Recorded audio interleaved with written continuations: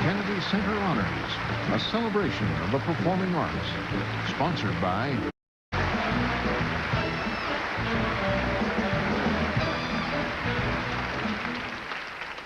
I'm here for Elton John, and it's a great privilege to be standing here in front of y'all, and primarily in front of you, my friend.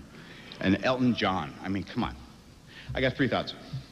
The first one that comes to mind, genius. And the second, on a more personal note, is lifesaver. And I got a third thought. The third thought is maybe, see how this feels. The other first lady? I don't know, see how it is, just think of it.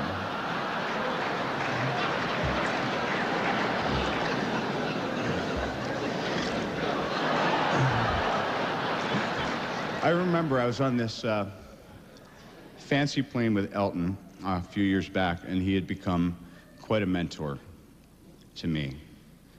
That kind of once-in-a-lifetime wise man that if we're lucky enough, we get to interact with, and I've been extremely fortunate in that regard. And interesting plane, too, his private plane actually had this, like, velvet choker around the fuselage.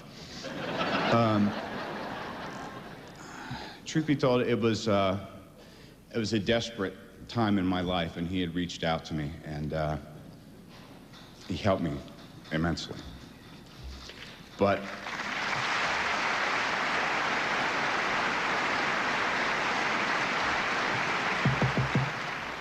here's the real deal. There's trends and there's phases in rock and roll and music and arts and entertainment at large, you know, but Elton John has never gone out of style because his music isn't seasonal, it's perennial.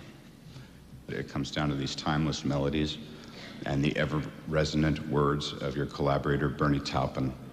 The two of you have defied science. They're living proof that under certain circumstances, 1 and 1 does equal 3. Elton, you have shown me a new way to walk down the winding road that is life. And inspiration in your music is a bright light to me, to us, wherever the fog may set in.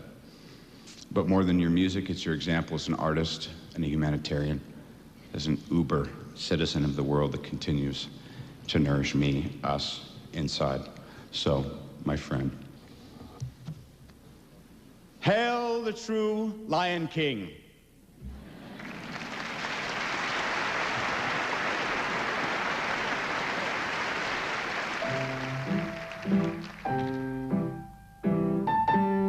Reginald Dwight was a proper English lad who practiced his piano after tea.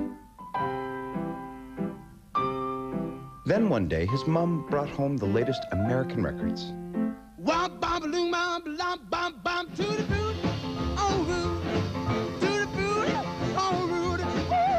Rock turned his world upside down. Now his teachers were Little Richard and Jerry Lee Lewis. He joined a blues band, playing pubs for tips. Very few tips. So he answered a small ad and was teamed up with another young hopeful. Bernie Taupin wrote the words, and then Elton laid down the melody. It's a little bit funny, this feeling inside. I'm not one of those who can easily hide. I don't have much money, but boy, if I did, I'd buy a big. Their first hit brought him an invitation to play in Los Angeles. I remember when rock was young, me and Susie had so much fun. I was overjoyed to be on that stage, he said. I finally felt free. He was an overnight sensation. His music brought them to their feet, but it was his heart that kept him coming back.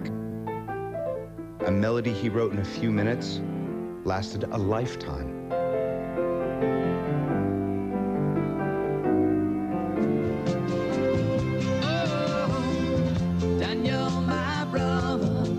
You are older than me. Do you still feel the pain? He was at #1 every year for a decade. His records broke all the records. The only pop artist to stay in the top 30 for 24 years.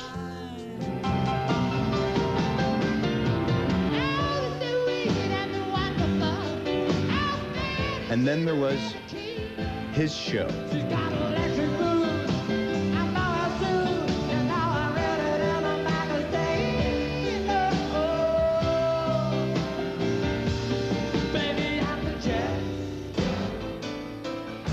This was performance art on a rock and roll stage.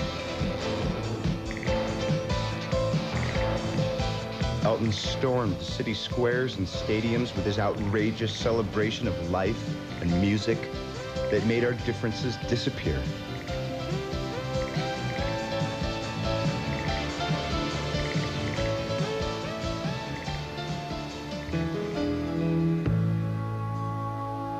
He paid a price for the excesses of success and all those years at the top.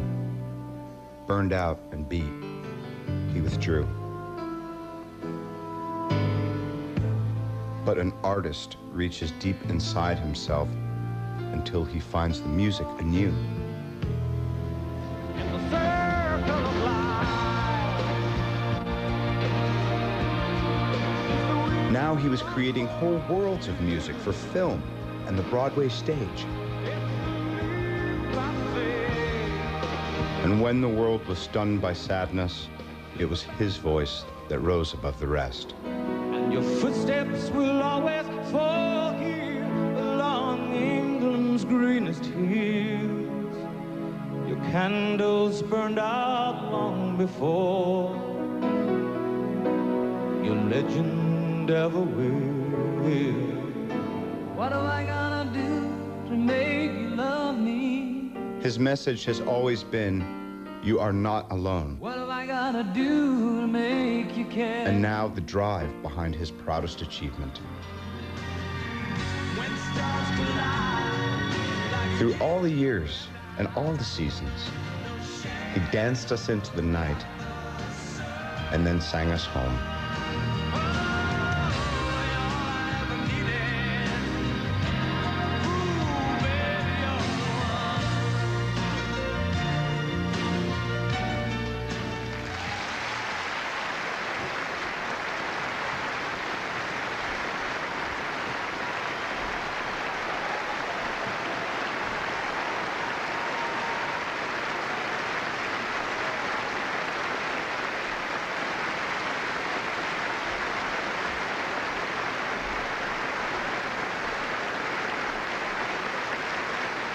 The Kennedy Center honors